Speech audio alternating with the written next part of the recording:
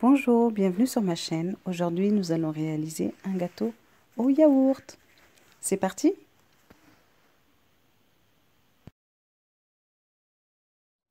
Alors, pour réaliser ce gâteau, nous allons avoir besoin d'un batteur électrique, d'un moule.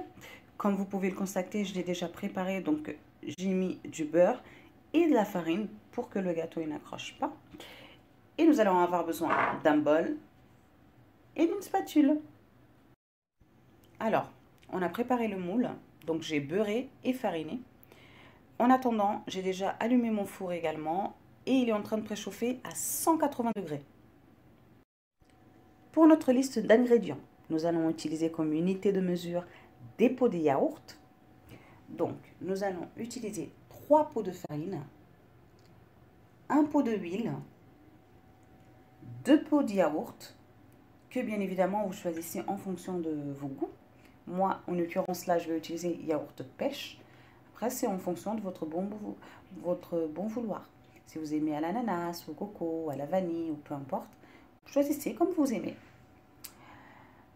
On va utiliser un petit sachet de levure chimique et 3 pots de sucre. Et pour terminer, nous allons utiliser 5 gros œufs. Alors, on va le faire de façon très simple. Moi, j'aime bien faire des gâteaux qui sont simples, bons et surtout rapides à faire.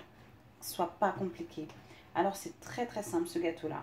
Donc, on va prendre notre petit bol avec nos œufs et on va ajouter tous les ingrédients les uns après les autres. Donc, nous allons commencer par rajouter le yaourt, tout simplement.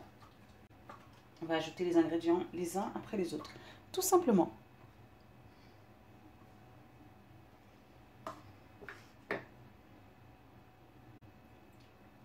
Pas besoin de grande préparation. Juste on rajoute. Hop. L'huile.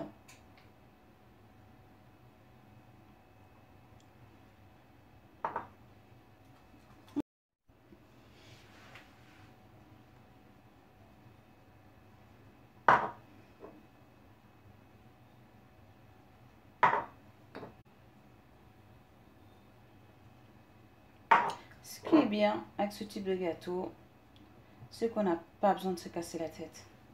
On prépare tout à l'avance et on a juste à ajouter. Donc on a commencé par les œufs, puis on a rajouté les yaourts, puis l'huile, puis le sucre. Pour terminer, on a mis la farine et on va terminer par la levure. Et voilà, c'est tout fait. Maintenant, nous avons juste à mélanger, tout simplement.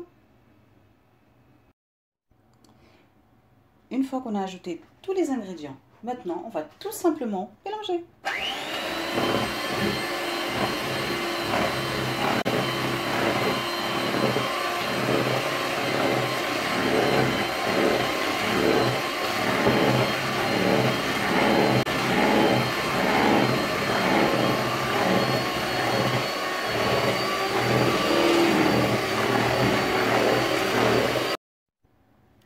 Alors, pour terminer, nous allons tout simplement mettre dans notre moule notre préparation, tout simplement.